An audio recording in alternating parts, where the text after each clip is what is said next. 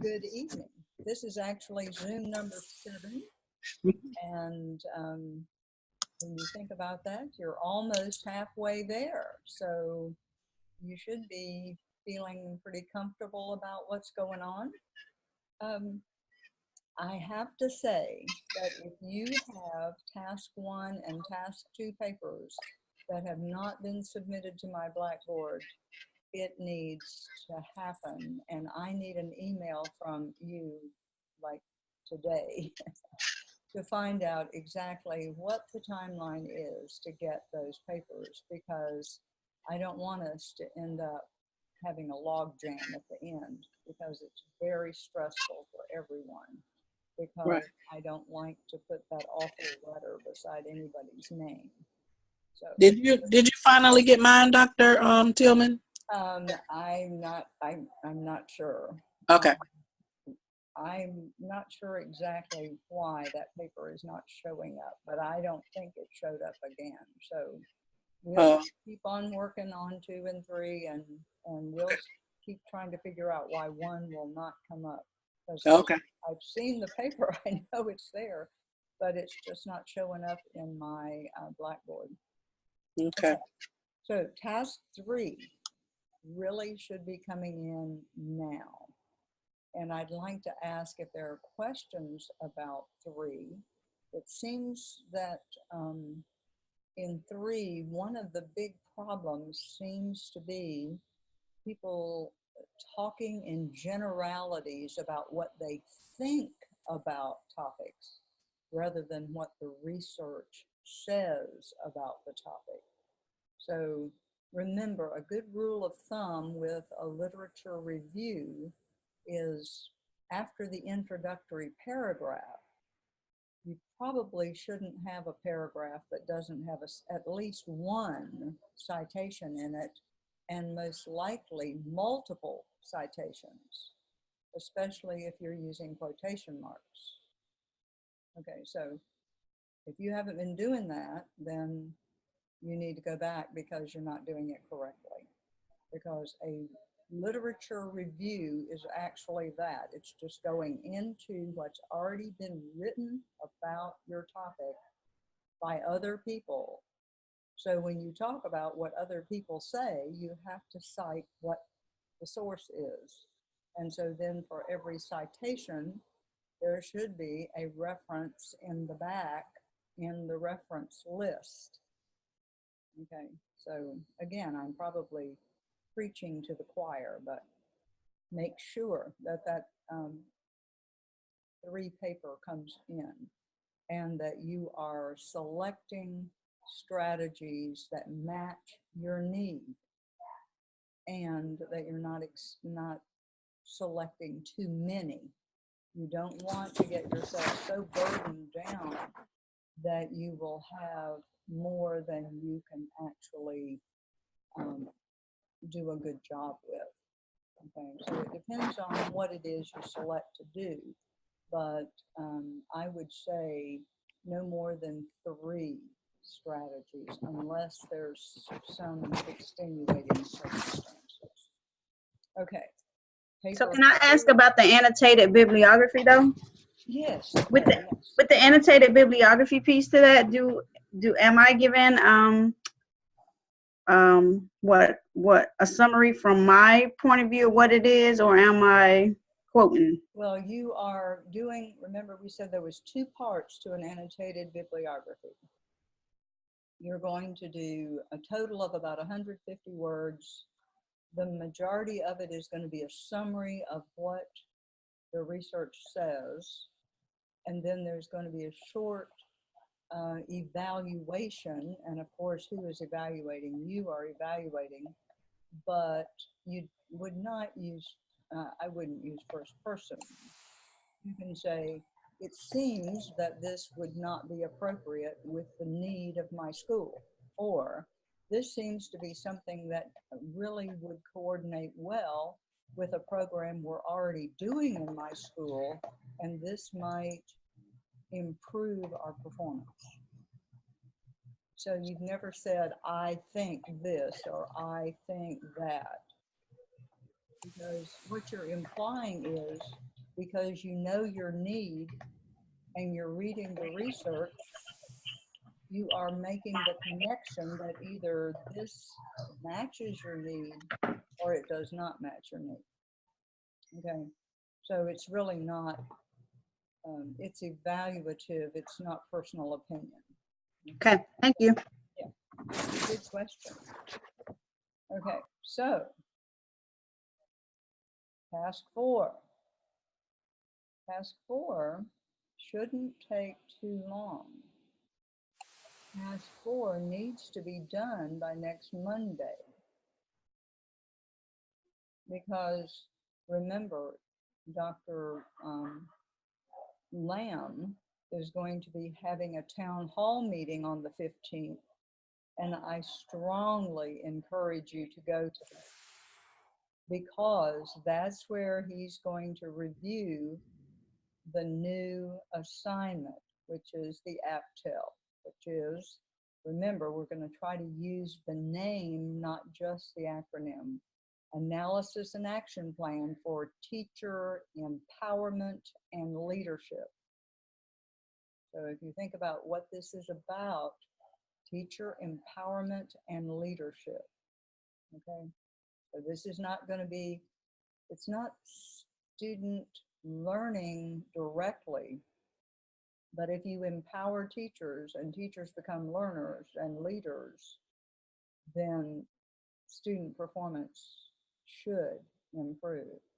So the 15th is when that new project starts. So hopefully you'll have the papers through 4 at least done, because 5 is just, and I say just, because it can't be wrong. Think about what 5 is. It's your self-assessment based on those competencies. Where are you in relationship to the competencies of leadership that this program is built around?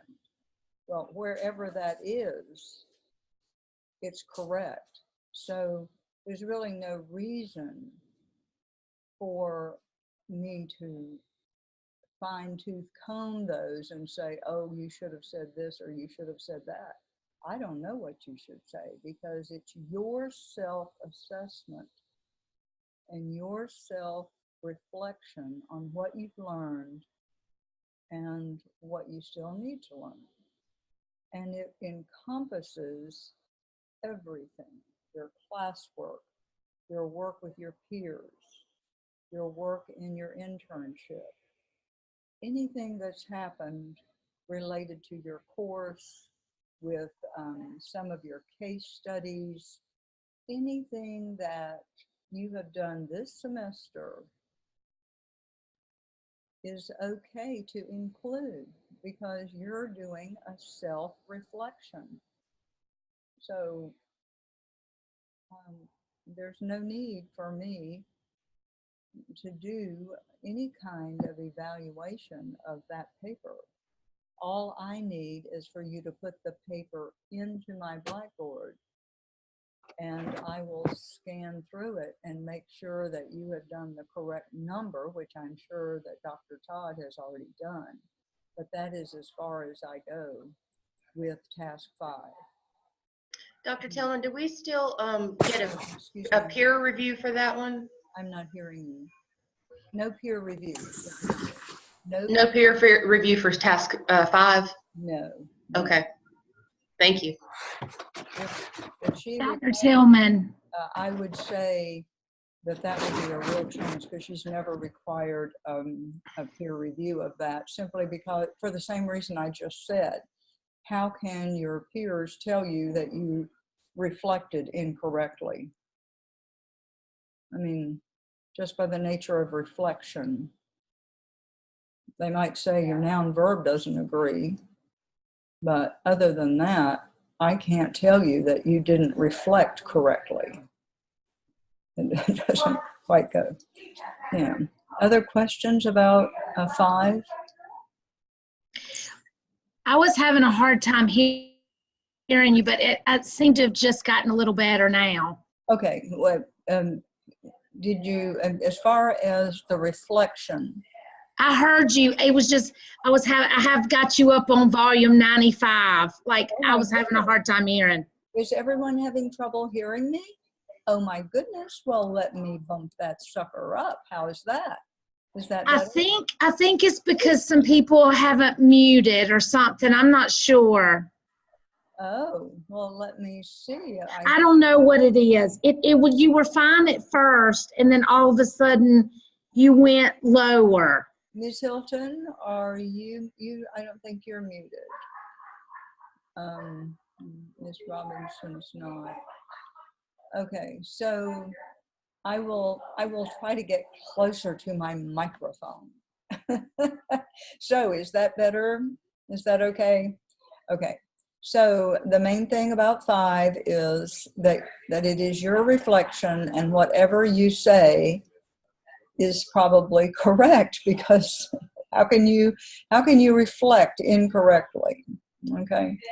So that's all I know about 5, that you're going to put it in my blackboard, and I'm going to mark it that I'm going to go in and say, this is okay, or thank you for your reflection, or something that's probably going to be the same in everybody, because I'm not reading them.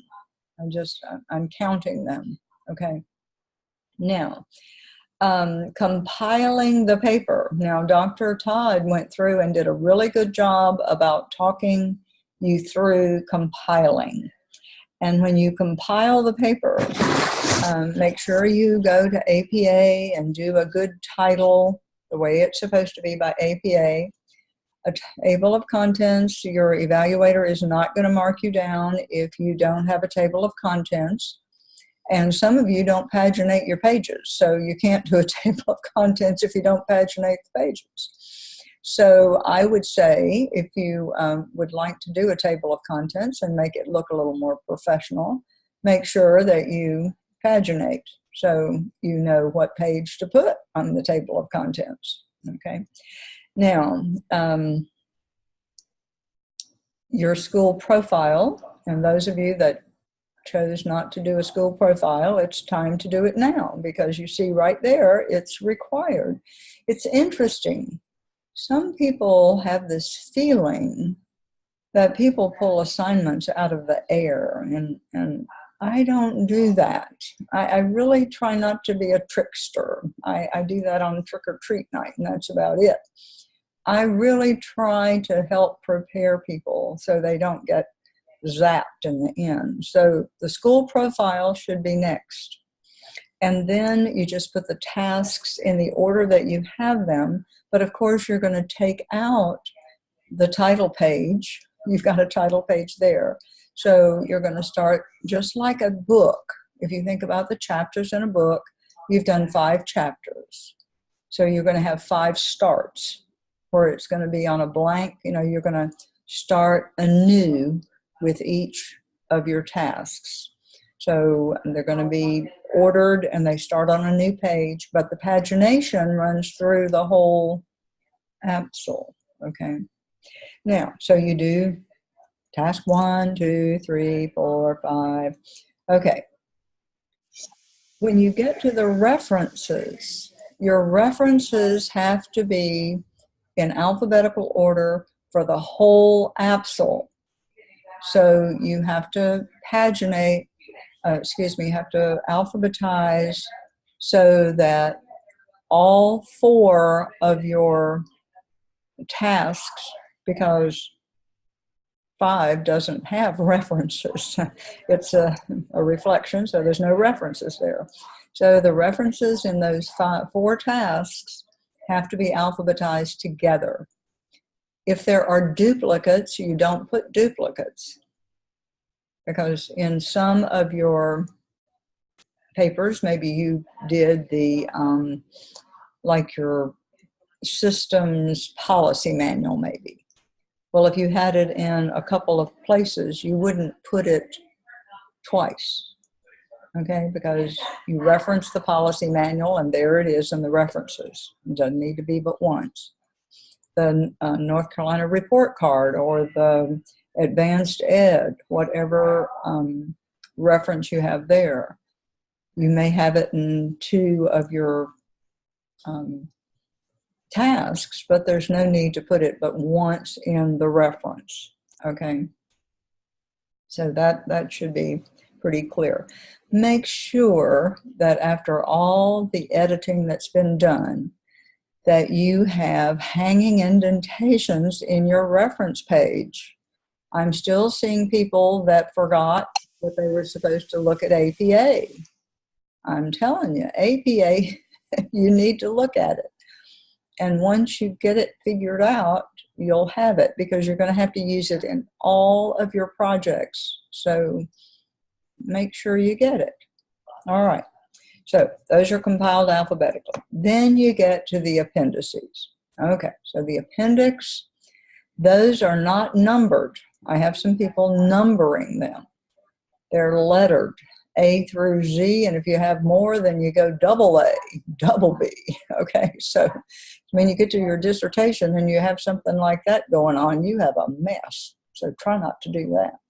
But it's happened before, especially if you put individual responses to stuff and you have to put each one on a page of its own. So complicated stuff. Anyway, so A through Z, and you don't start over with each of the tasks. They have to be through the whole AAPSL, A through H, I, whatever you have. So you may have to go back.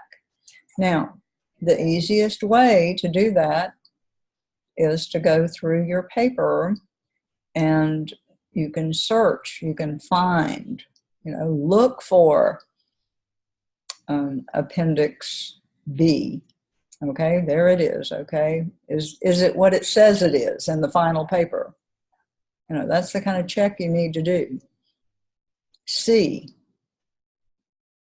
Go C. Is C what it says it is?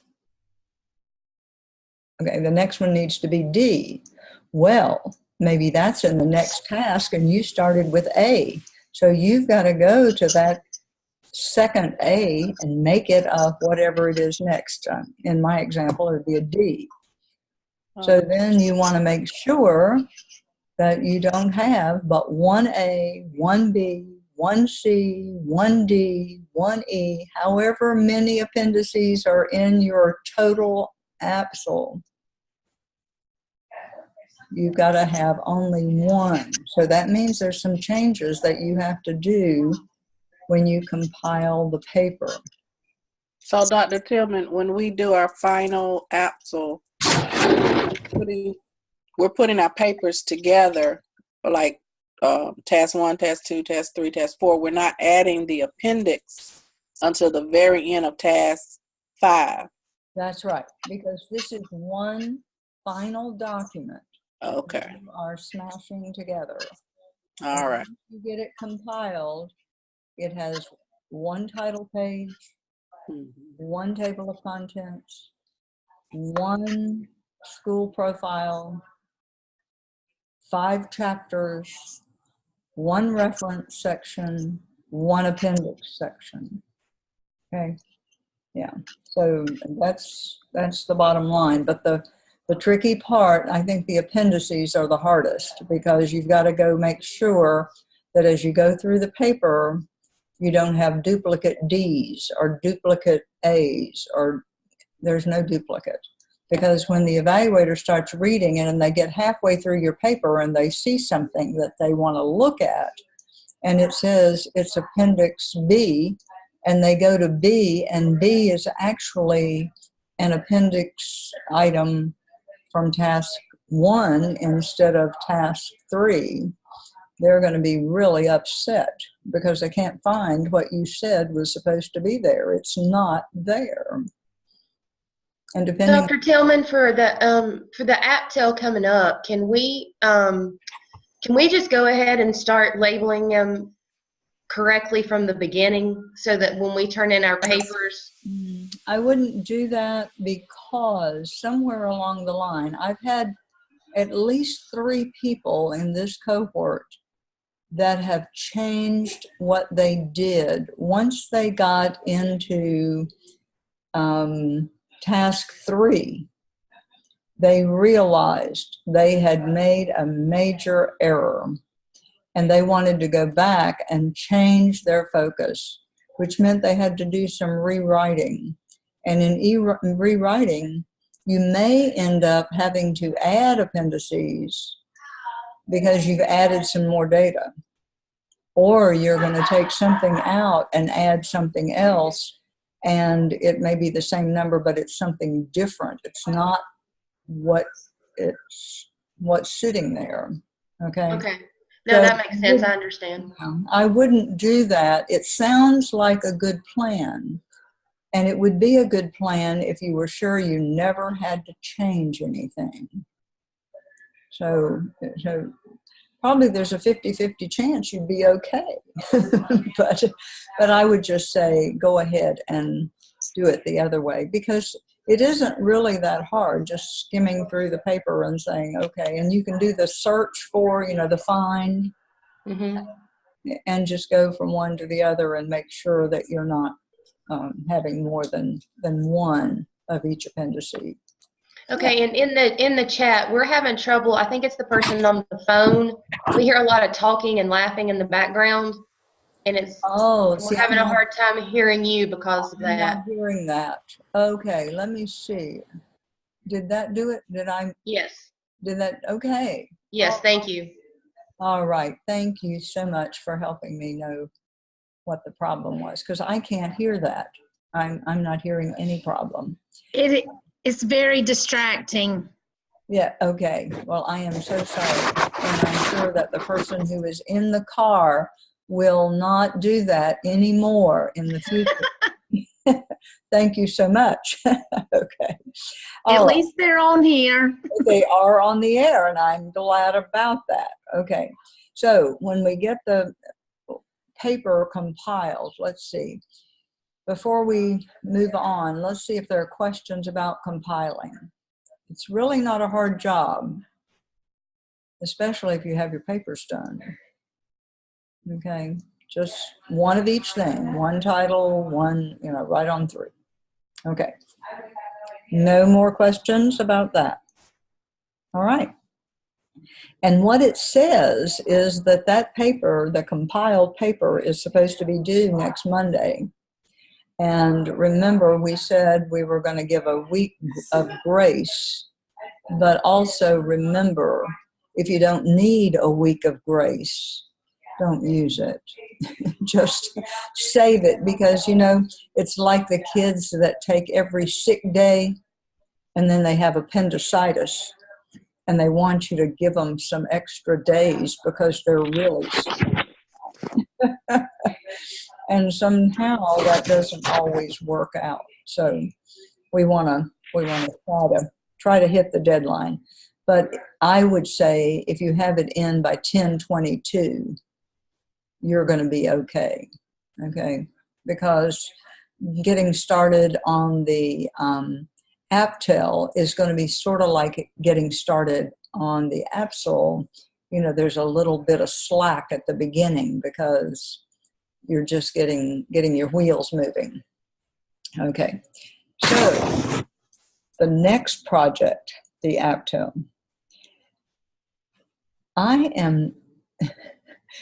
Dr. Todd and we're really pushovers, I have to tell you. And that's why I love working with her. The rule is that between the two of us, we're supposed to meet with you once a week, which means she would meet with you every other week, and I'd meet with you every other week, and we'd just go our merry way. But we have found that we lose a lot of folks if we don't meet with you more often. So she meets with you once a week, and I've met with you once a week, and I think there's one other faculty member that has office hours. But I have found that I can rescue a lot of people if they'll just come to office hours. So I do that. I would be out of here if I didn't come and y'all weren't available, because I really felt lost at the beginning, and y'all have really helped with that. So I appreciate that, or I wouldn't be here myself. So Well, I think it's important at the beginning. It's just like the beginning of a new school year. That's why we make the kids sit in the same seats, even though they don't want to sit there. They want to sit with their friend. We want to get to know who they are. We want to know them. We want to sort of figure out what's their discipline like, how attentive are they? Do they need to be sitting up with a teacher? You know, who are their friends? You know, you need all that stuff. So that's why we try to really mother hen a little bit at the beginning. It's really helpful to hear it from her and then to hear it from you. Because like if one person doesn't clarify it, which you both do, then the other person really does. Well, I don't mind students saying, what you said didn't make sense. Would you tell me again? Yeah. It takes a while before students know they can call their professor a fool, and it's okay. And it is okay, because I'm just like you, you know, and the day they put that doc in front of my name, I was no different than I was the day before. And that's just sort of the way life is. There are a lot of people out there that have much more knowledge, and they are smarter. I don't have any problem with all that, because I worked with gifted ed for 7 years, and I was blessed to know some of the smartest people that are on the planet, actually. One of them is making airplane wings for Boeing, so I hope he's still doing a good job. And one of them is over the Naval Observatory in Tempe. So I was blessed, but it is humbling. And that's the way it is with dealing with you folks. There are all shapes and sizes of people in this world, and there's some really bright people out there, and I just want to lift them up and help them. So anyway, I say that to say that when we start the AAPSL, I'm going to make a concerted effort to read these papers only one time. Now, some of these papers I've read 3 times. And I would like to say I don't mind it, but by the end, I do get a little bit fierce about it. But I want you to get this first project done, and done well, because all the others are just like it. So if you had trouble reading the rubric and translating it into an outline, then you need to work on that this next time, because they are all like that. They all have a rubric. They all tell you exactly what to do. They tell you what's got to be in there, and you just have to follow exactly what it says, because that's what the evaluator's looking for. Okay. So I would not like to see these papers coming in with strange headings, with missing things, with something that says the section and then I'll fill it in later. That's an incomplete paper that should never have been sent to me. So anyway, I just want us to see if step by step we can get you to the point that by the end of the 6 projects in 605, that you will really be ready to think about doing a dissertation. Because if you push yourself, you can do anything you want to do. You just step by step, mile by mile, you just keep on keeping on. So, but I am going to try to read those papers only one time. And when I send them back, and I do the tracking changes, and there are people that say, please don't do that because that means everybody ought to have to do them. And no, they don't, because some people can do their feedback differently. But I discovered working with my gifted kids, they love to have the conversation with me. And so that's what I try to do, is have a conversation with you on paper. And sometimes it rambles, and for that I am most heartily sorry. So does that mean, Dr. Tillman, since we always want to talk to you, we're gifted? Maybe. We're your gifted class, right? A lot of gifted people that I have had the pleasure of dealing with. And And it really gives me great hope in humanity, because I see some really negative things out there that make me feel the other way. But you know, we're moving, we're making an effort, and that's the struggle of humanity, to make an effort. And so I just want to just do my little part. But unless there's a really special problem, I'm going to do the best I can to edit the paper and tell you what I think. And then when you get that feedback, you have to decide what to do with it. And you do whatever you want to do about it, and you put it aside. And then when you get ready to put the paper together, then I will be reading it one more time and telling you if I think there's something wrong with it. Okay. So I just want to give you a heads up about that. And we've already talked about making sure you open Taskstream and go ahead and do the dispositions. That's something that you can get out of the way. It won't take you, 10 minutes? Somebody that's done it, 10 minutes, 15 minutes, not more than that. Okay, so get it done so you can mark that off your list and not have to think about it. It's just an unsatisfactory, needs improvement, satisfactory, or, exemplary, excellent kind of thing. So make sure you look at your competency folio and know what you're supposed to be doing there. And that means you got it set up. Did everybody find the video about how to set up the competency folio? Dr. Lamb gave us that. Anybody not find it? Anybody that looked for it that didn't find it? If you didn't look, don't tell me you didn't find it. Okay, so that should be out of the way. Now, I am going to my son is coming to pick me up, and he is taking me somewhere. I'm not sure where he's taking me, but he thinks that I need a respite. And so I'm not going to have office hours on the 14th, which is this coming Sunday. But you will meet with Dr. Lamb on the 15th. So you won't be, lonely too long.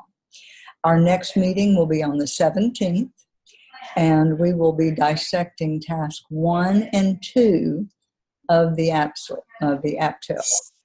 And what I'd like you to do is to have get your information out about the analysis and action plan for teacher empowerment and leadership.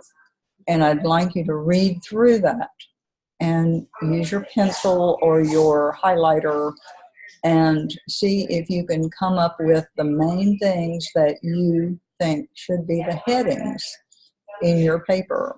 What are the big items you have to do? There is some major research here also that's going to be coming up with one of the tasks there. So you'll feel right at home when you get mired down into this. But it's a fun task. It really is. You're gonna like it, I think. And the competency folio, I want you to not start on the competency folio until you have your paper compiled, and I have been through it and I have released it. Do not put it in Taskstream until I tell you specifically, put it in Taskstream. Do not put it in there. You're going to put it in the Blackboard, and I want you to not put it through Turnitin. Now there's a Turnitin, the logo is there, the icon is there, but do not put it in there because I want to see the paper before we run it through Turnitin. And I think we talked about Turnitin enough for you to realize that's an international plagiarism database. And it is massive. It really is. It originally was done just for dissertation work.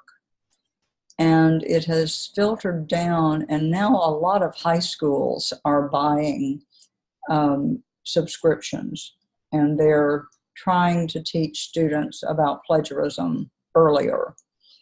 Also, we aren't doing this. I wish we would, but we don't. You can get, as part of a license, something that will actually do some grammar correction. It will point out errors like noun-verb agreement, like that eternal data that comes out and should have a plural verb but doesn't. It'll highlight it for you. But what Turnitin does for us is it matches what you have in your paper with juror journals, with internet sites, with the papers that have been turned in by other educational institutions. And it also matches some of those websites where you can go and buy papers. Now, it was hard for me to believe that people would pay $4,000 or $5,000 for a course, and then they would go buy a paper so that they could avoid learning. I have never really understood that, but I understand that it does happen. So, that's what Turnitin is all about. And I'm not worried about the people that we're working with here. The main thing that'll get you in trouble is if your APA is not done correctly. And that's why I keep harping on APA. And you need to learn how to do it early so that you don't get in trouble with it. Because if you cite something, if you write it in the paper and you have more than, they have this algorithm, so you can't have more than so many words in a string that are the same as someone has already written. Now, there are a lot of, the people that make these algorithms, I just think now they are smart people. They have compiled lists of strings of words that are exempt, like a lot of phrases related to September 11. A lot of the stuff that when you string those words together, there's no way of talking about it except to say it in certain ways, and they are exempt. So, but basically, they look for these strings. The computer, of course, looks for it. Strings of words that are not cited. And so that's why I keep saying, sometimes I read things and I go, that does not sound like the rest of this paper. I think that is supposed to be cited, but I can't pick it up. I mean, I'm not smart enough to be able to tell what's written in your paper sometimes that is copied. And usually you don't do it on purpose. That's why when you do the annotated bibliography, we ask that you not copy word for word from that to remember, unless you put quotation marks and a page number in it, because you'll come back and forget that that's exactly what the author said, and you'll put it in your paper thinking it's your wording. And then that's just more of the same problem. Okay. So Dr. Tillman, yeah, can you go back? We just run it through Turnitin one time. Yeah. Each of the projects get run through one time. No. Oh, only the one big thing. Final paper. That Okay. final paper. And when I run and I actually do run it. You turn it in, I run the copy, and I get a score, and the department sets the score, and they set it based on the length of the descriptions and the length of the prompts, so that if you're using that template, you can get by. And it's a barely get by. So if you don't use the template, or if you don't use the total template, you have a little more leeway. And that's Okay, why. so So when we finish the AAPSL and we have it all put together, do we send all of that to you? That's what I get. And that's all that's going to Okay. go into your portfolio is the final document. But we're not going to upload that until after you have said it's okay. And what's going to make it okay is that I have looked at it and it's got everything in it it's supposed to have, and it looks like it's going to go. And once I think that it looks like it's going to go, I'll run it through Turnitin. And if the Turnitin score is okay, then I'll release it for you to put it in Taskstream. Okay. Because the grade has to go to the evaluator. The score goes to the evaluator. At one point, we had the evaluators running them, but by then it's too late. You know, okay. So, and the one thing too about and I think I told you this early in the semester, but with the Turnitin, once I get the report, I can go into the report and see what they say is copied.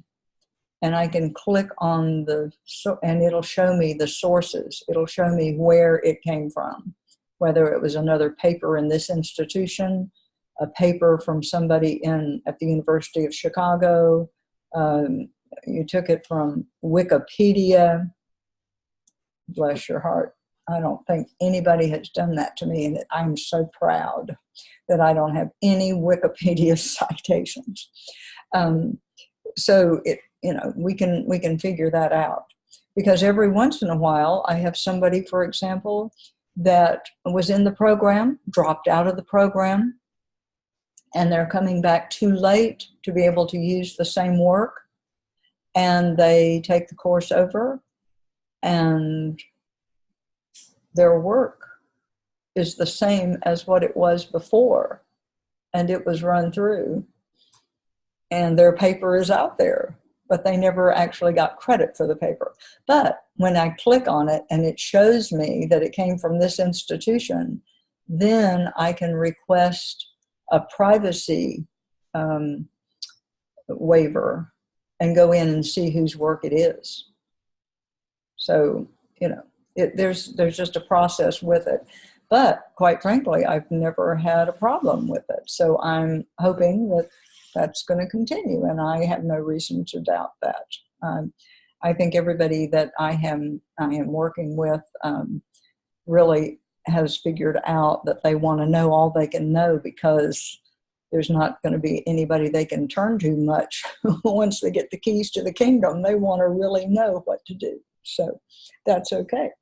So is there any question about Turnitin? You're not going to try to run that report. Oh, I did have somebody ask me something that I was really surprised. They wanted to go out and see if they could buy a license to run their own papers through Turnitin. And actually, you can do that. I don't know why. I think authors do that so that they can make sure that that things they're saying are not the same as what some other author has written somewhere. But that's a no-no, because once you run the paper, if you run like task 2 and it goes through, then when you submit the compiled paper, everything in task 2 is showing up as plagiarized because it's in a paper that's already out there. So does that make sense? So it's really important that you not run it. Okay, that's all we need about that. Okay, let's see. No office hours. We're going to start dissecting the AAPSL task 1 and 2. Competency folio is not to be done until you get that paper compiled, because we want to stay on task with that. Your competency folio is not totally due until the end of the semester, but Dr. Todd and I agree that once you finish the AAPSL, you need to go ahead and complete the competencies for that, because they're freshest in your mind and you can do them faster than if you wait until you get all mired up in the next project And then you're trying to sort out, where is that? What did I do? Which is the best example? That kind of stuff. So just And don't. those that we submit, when we put those actually in Taskstream, that's when we ask you to comment on them, correct? That's exactly right. You go up, Okay. I think it's in the upper right, you ask for comment, and you have to select my name from the list of potential professors. And then I'll get an email from Taskstream that says, you know, Ms. Heatherly has submitted work for you to review. And so then I'll go in and I will do a text, there'll be a text box for me, and I will make some comment. And then once I make the comment, it'll come back to you. So we just sort of back and forth about that. And the only other thing I wanted to talk about tonight, just to reiterate what Dr. Todd said, on that competency folio, you are working in the folio where you set it up. Remember, you went up to the web pages and folios and you set up a the little folio, and that's where you're working this whole program.